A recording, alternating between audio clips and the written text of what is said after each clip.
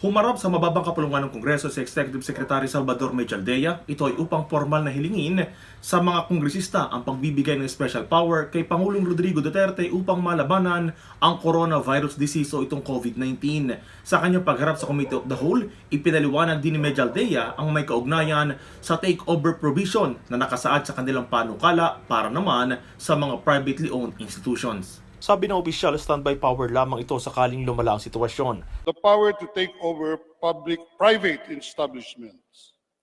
Even as originally worded, the intent of the proposal was simply to grant to government a standby power. It is a power which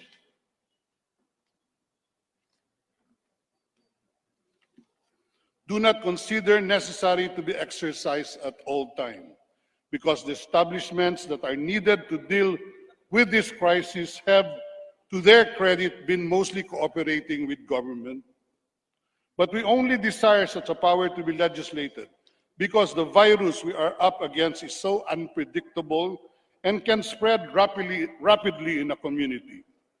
The power to take over is intended merely as a standby power in the event the crisis reaches its worst. Paliwanag ni Mejaldea, inamyendahan nila ang kanilang hiling sa Kamara at nilinaw na gagawin lamang ang takeover sa mga private institution kung ito ay kakaalanganin. Ang nasabihan niyang kapangyarihan na nais ng Pangulo ay hindi naman nangangahulugan na i-exercise bawat oras.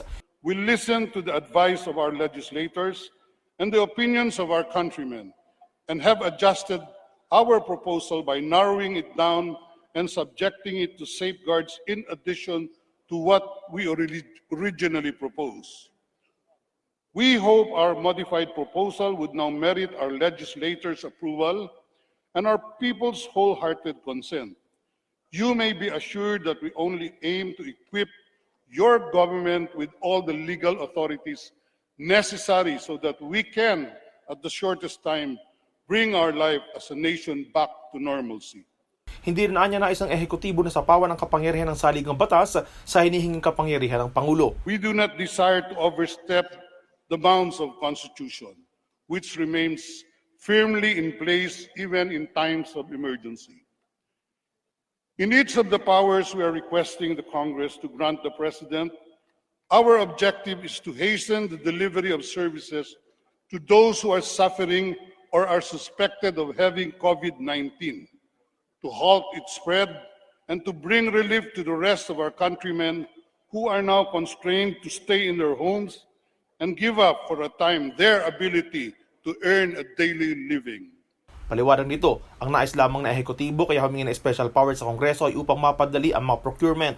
Sabi ni Mejaldea, sa panahon ng nagaganap na krisis, nananatili pa naman ang rule of law at demokrasya sa bansa. Today, we secretaries and senior officials of the executive branch now come before you, honorable members of Congress, believing that in a time of crisis, the rule of law should prevail.